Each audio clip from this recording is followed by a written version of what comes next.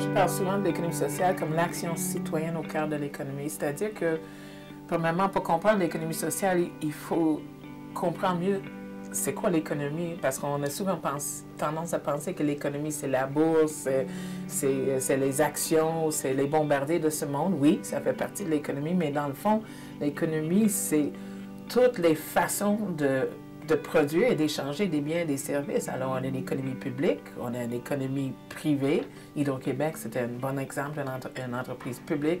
On a une économie privée, autant les petits commerces que les grandes entreprises.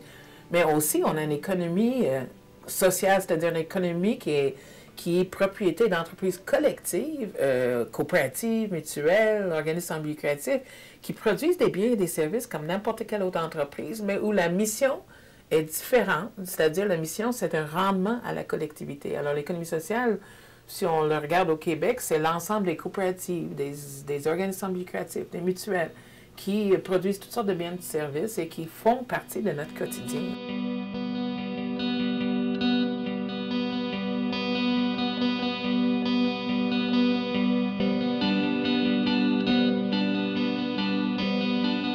Je pense que non, l'économie sociale et solidaire, c'est pas une mode parce que c'est quelque chose qui jusqu'à un certain point était toujours présente dans la vie communautaire. À la base, il y avait toujours des histoires de gens qui se tenaient les coudes serrés pour prendre faire en sorte que la vie continue pour eux et essayer de trouver une solution à leur mieux-être.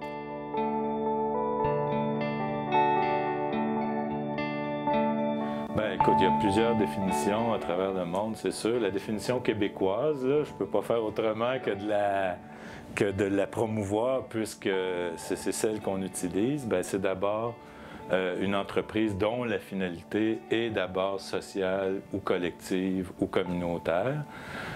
C'est une entreprise qui a une gestion démocratique, donc qui fait en sorte que tout le monde participe aux décisions. C'est une entreprise qui place l'humain avant le capital. C'est aussi une entreprise qui reste autonome par rapport à l'État. C'est un patrimoine collectif, c'est une OBNL, c'est une coopérative, donc qui va survivre à ses fondateurs et aux gens qui vont l'avoir développé.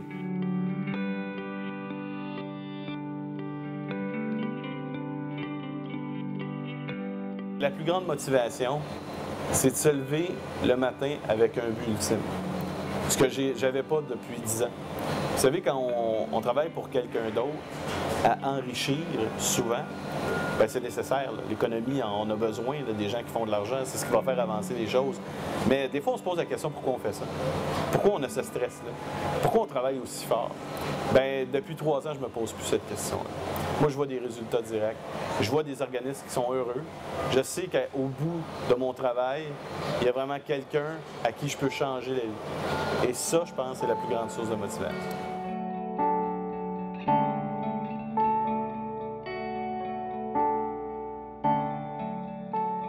Pour moi, l'économie sociale, c'est une économie qui est au service de la collectivité.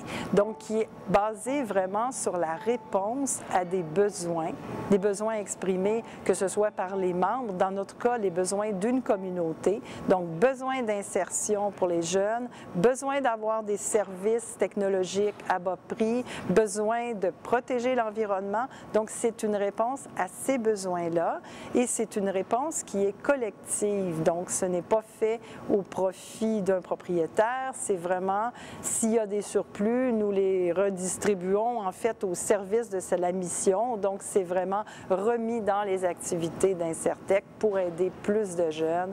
Donc, pour nous, c'est vraiment avant tout la notion d'utilité sociale et de sens de notre travail.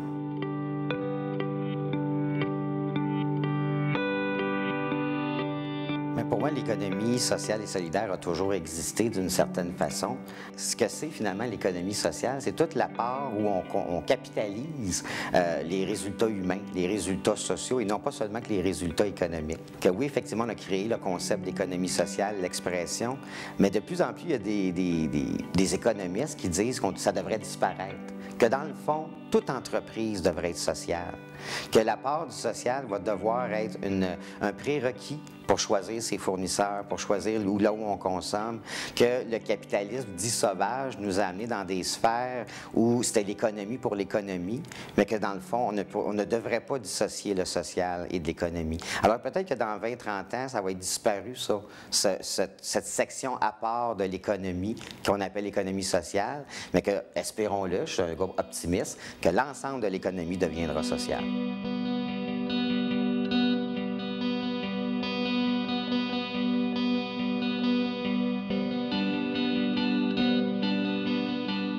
Structurante dans notre société, on a des coopératives funéraires, on a des coopératives d'habitation, on a tout dans le milieu agricole, dans le milieu artistique. Donc, ce n'est pas une mode de passage. Ça fait partie aussi du patrimoine. On ne peut pas revendre notre coopérative.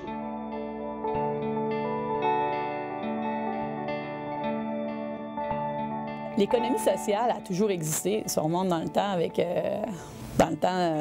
il y avait des mères nourrices qui nourrissaient tous les enfants du peuple. Ça a toujours été là.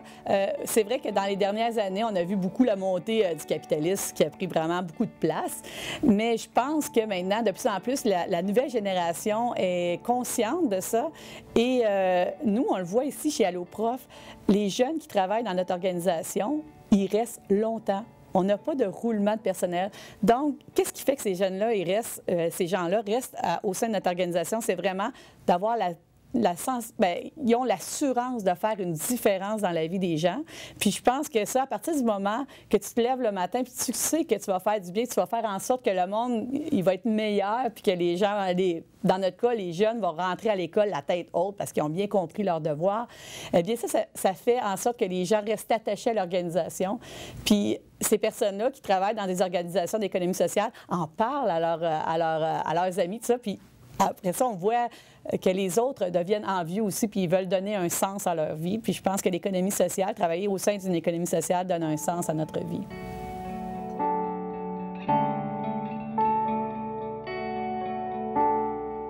Pues para mí la economía social y solidaria es la única forma de economía viable, ¿sí?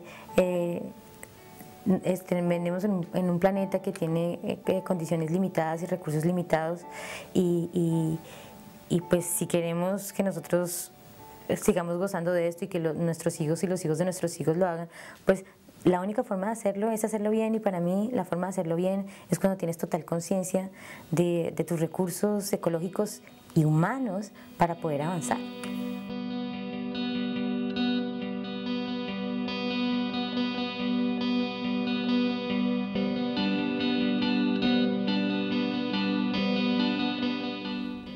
Pour nous, la définition principale d'économie sociale et solidaire, c'est vraiment celle de rendre un service à coût moindre, mais utile à la population. Donc, de vendre un service utile à la population qui en a besoin, donc une population parfois démunie, et d'utiliser ces profits-là pour le réinvestir dans la communauté.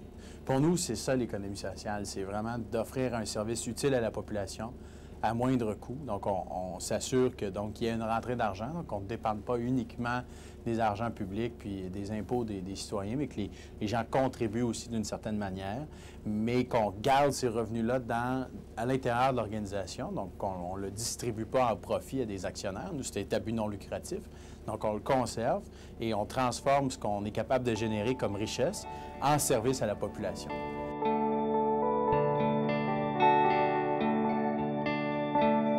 J'espère que je vais vivre assez longtemps pour voir que on s'articule, on est en construction, en co-construction d'une nouvelle architecture sociétale qui n'est pas seulement une vision utopique à réaliser. On a toujours besoin d'avoir des visions utopiques, ça nous inspire. Mais il faut le concrétiser. Comment est-ce qu'on peut répondre à des défis, à des problèmes importants, à des désirs, à des besoins, parce que le modèle existant est incapable. C'est des jeunes qui vont trouver pas la solution. On n'a pas la solution, ou même les solutions. Il faut les élaborer. Mais c'est la prochaine génération qui sera capable de mettre ce questionnement en œuvre et de réarticuler les relations entre les acteurs de la société.